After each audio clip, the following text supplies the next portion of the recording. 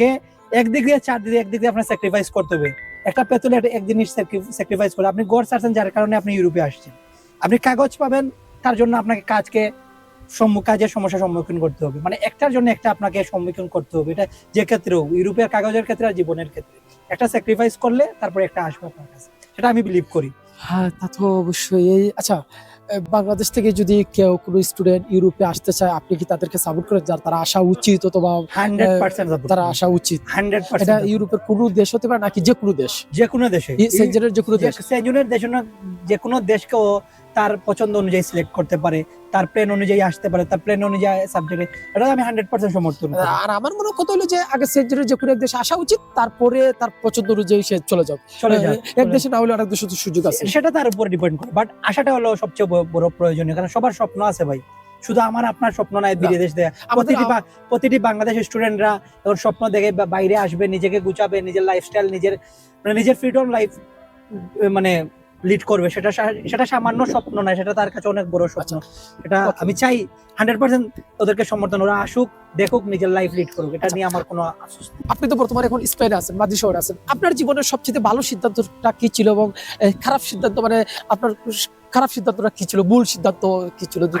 আসলে খারাপ সিদ্ধান্ত, আগে এটা বলেন যে আপনার সঠিক সিদ্ধান্তটা কি ছিল আপনার জীবনে এই বয়সে? আপনার কি মনে হয় এখানে এই যে এখানে দাঁড়ানো কি এর কোনো ভুল সিদ্ধান্ত হতে পারে? না, এটা ভুল সিদ্ধান্ত না। একটু কষ্ট হইতেছে এখন, 1-2 বছর একটু কষ্ট হবে, তারপরে বাকি জীবনটা সুন্দর হবে। আপনি একটা জিনিস দেখছেন, আপনি মাদ্রিদের রাস্তায় আসছেন, জি 40-55 এইজের মানুষ রাত জেগে কাজ করতেছে। জি, ওরা কিন্তু এই যে এখন ওদের রিটায়ার্ডের সময়, জি, ওরা শ্রম দিতেছে পরিবারের জন্য, ফ্যামিলির জন্য, ওরা ইউরোপের স্বপ্ন দেখতেছে। তো ওদের ক্ষেত্রে ওদের যে সিচুয়েশনটা আপনি একবার চিন্তা করেন, নিজের কষ্টটা গায়ে লাগবে। তো এটা দেখতে হবে, বুঝতে হবে, শুধু নিজের সমস্যাটাকে বড় করে দেখলে হবে না।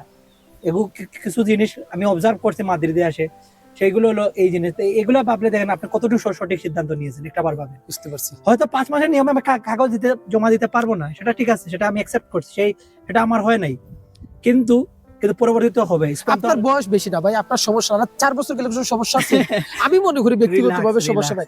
এই মিডল ইস্টে কি মানুষ কষ্ট করে না? বুড়ো হয়ে যেতেছে, কত কষ্ট করতেছে, তাইলে এই ক্ষেত্রে কিছু না। তার মানে আমার সিদ্ধান্ত যেটা, আপনার লাইফ স্টাইল, যে আমি মনে করি আপনার এখানে আসা ভালো সিদ্ধান্ত ছিল, আপনার এই বয়সে ইউরোপে আসার সিদ্ধান্ত ভালো ছিল। আর আমি যদি মনে করি আপনার ভুল সিদ্ধান্ত, ভুল একটা লাইফ, আপনার লাইফে একটা ভুল ছিল, আপনি বাংলাদেশে কোনো একটা কাজ শিখে আসেন নাই, কোনো একটা কাজ স্কিল নাই। যদি এটা করে ফেলবো ভাই, এটা আসলে এটা মেজর সমস্যা এখন, মানে এখন বর্তমানে মেজর সমস্যা দেখলো এটা কভার করে নিব, এই বিশ্বাসে এটা কভার করে নিব। মানে ইউরোপে যেহেতু লং টাইম থাকতে হবে, কাজ করে খেতে হবে, এটা স্বাভাবিক, আপনার আমার সবার জন্যই। তো এই স্কিলটা ধরেন আমি একটা সময় কভার করে নিব। এই আপনার বয়সে যারা ইউরোপে আসছে নতুন স্পেন, কোন মানুষগুলো বেশি সমস্যায় আছে? সমস্যা আছে যারা মানে ওয়াইফ নিয়ে স্পাউসে চলে আসছিল, যেমন বিভিন্ন কান্ট্রি যেগুলোতে পেপার হয় না, যেমন ফিনল্যান্ড, ডেনমার্ক, যেগুলোকে স্পাউস নিয়ে আসছে, বাট ওইখানে ভিসা সুইচ করতে পারেনি। লং টাইম ডিসিশনে গিয়ে ওরা অনেক পেমেন্ট, মানে অনেক আর্ন করছে ঠিকই, বাট আসলে স্থায়ীভাবে সেখানে জায়গা করে নিতে পারে। ওই লোক যখন স্পেনে আসে, তার জন্য আকাশ ভেঙে পড়ে। একজন আপনি দেখেন, আমি নিজে একটা সিঙ্গেল মানুষ, জি, আপনি যে কোনো জায়গায়, আমি স্টুডেন্ট মানুষ, আমার জন্য এটা একা সার্ভাইভ করা এতটা ডিফিকাল্ট না। আমি যে কোনো সময় একজন মানুষ যখন মানে স্পেনের মাটিতে একজন স্পাউস নিয়ে আসে, তো তার জন্য ডিফিকাল্টি, যখন ওর কাছে ডকুমেন্ট দেয় না, ওকে নিতে হয় স্টুডিও অ্যাপার্টমেন্ট।